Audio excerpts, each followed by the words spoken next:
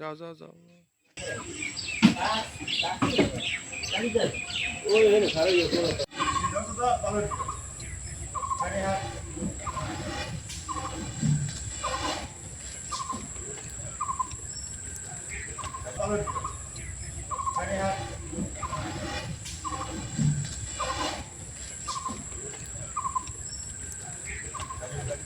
আমরা এই রাস্তাটা দিয়ে চলাচলতি করি হাজারে হাজারে লোক।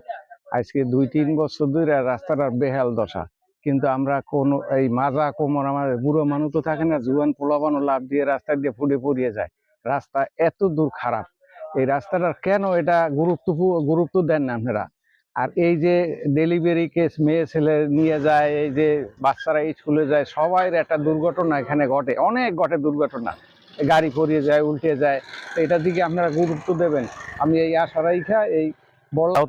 মানপাশা বাজার থেকে শেওতা বাজার পর্যন্ত প্রায় 4 কিলোমিটার এই রাস্তাটি দীর্ঘ 1 বছর যাবত মানে কাজ শুরু করার পরও এই কাজটি থেমে আছেন। কি কারণে থেমে আছে আমরা কেউ জানি না।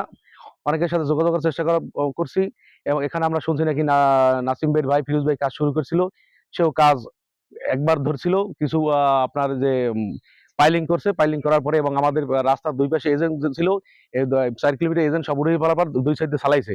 এখন আমাদের চলাচলে আরো কষ্ট হইতেছে।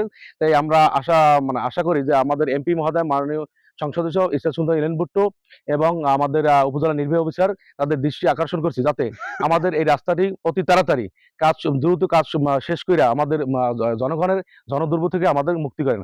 আমাদের এখান থেকে এই 2টা বাজার সংযোগ, প্রত্যেক ইয়াতে আমরা শুক্রবার সোমবার 2টি হাট, মানপাশা বাজারে হাটের দিন ওখানে আপনাদের শেওতা বাজার থেকে অনেক লোক ব্যবসা করতে যায়, এবং আমাদের বাজারমুখী একটাই রাস্তা, এখান থেকে আমাদের প্রায় হাজার হাজার লোক চলাফেরা করে।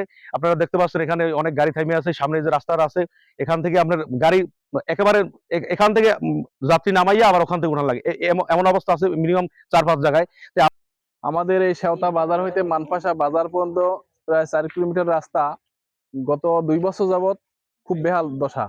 এটা বাংলাদেশ আমাদের বাকেগঞ্জ থানা থেকে নলছিটি থানার সাথে একটা বাইপাস সড়ক বললে চলে। এই সামনে মানপাশা বাজারের কাছাকাছি একটা গার্লস স্কুল আছে, এই গার্লস স্কুলের অনেক ছাত্রছাত্রী এখান থেকে ছাত্রীরা দৈনন্দিন চলাচল করে, প্রতিদিন গাড়ি অ্যাক্সিডেন্ট হয়। গত 2 দিন আগে একজন মহিলা ব্যানগাড়ি থেকে পড়িয়া তার হাত ভাঙিয়ে নলছিটি বরিশাল নিয়ে তার চিকিৎসা করানো হয়। এই ধরনের প্রতিদিনই 2-1টা গাড়ি অ্যাক্সিডেন্ট হয়। তা আমাদের এই জনদুর্ভোগ থেকে মাননীয় সংসদ সদস্য জনাব ইসরাত ইলেন ভুট্টোর কাছে বিনীত অনুরোধ যে রাস্তাটা আমাদের দ্রুত মেরামত করে দেওয়া হয়। মানপাশা এবং শেওতা থেকে আমাদের যে রাস্তার যে বেহাল, আমাদের এই যে মনে করেন জনগণ আমাদের আসা যাওয়া, যেমন এই যে ছাত্রছাত্রী বা সাধারণ একটা মানুষের অসুখ বিসুখ সমস্যা দেখাতে গেলে আমাদের অনেক সময় ভ্যানও যাইতেছে না রাস্তার ভাঙার কারণে। আমরা যে দুরবস্থায় আছি, কিন্তু আমরা এইটাই বলতে চাই, আমাদের এই 2 আসনের এমপি মহোদয় এলেন ভুট্টো, তার কাছে আমরা অনুরোধ জানাইতে আছি যে আমাদের রাস্তাটা যেন অতি শীঘ্র দ্রুতভাবে রাস্তাটা আমাদের করা হোক, নাহলে আমাদের যে অবস্থা, আমাদের সর্বদিক দিয়ে আমাদের অসুবিধা হয়।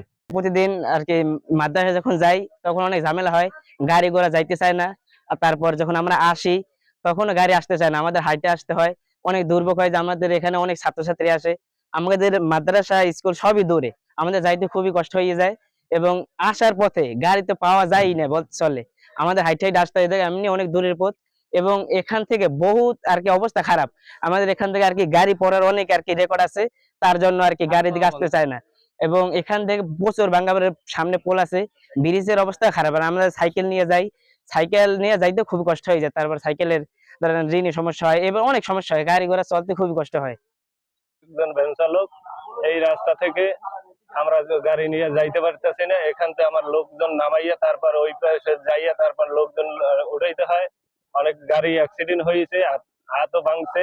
এই 2 দিন আগেও আমি নলছিটিতে দিয়েছি, নলছিটিতে দিয়েছি, তার হাত ভাঙছে। এখান থেকে যে ভাঙছে ভাঙে এইখানে আসছে, কিন্তু এই রাস্তাটা এই দুর্ভোগের জন্য আমরা ঠিক মতন গাড়ি চালাতে পারতেছি না।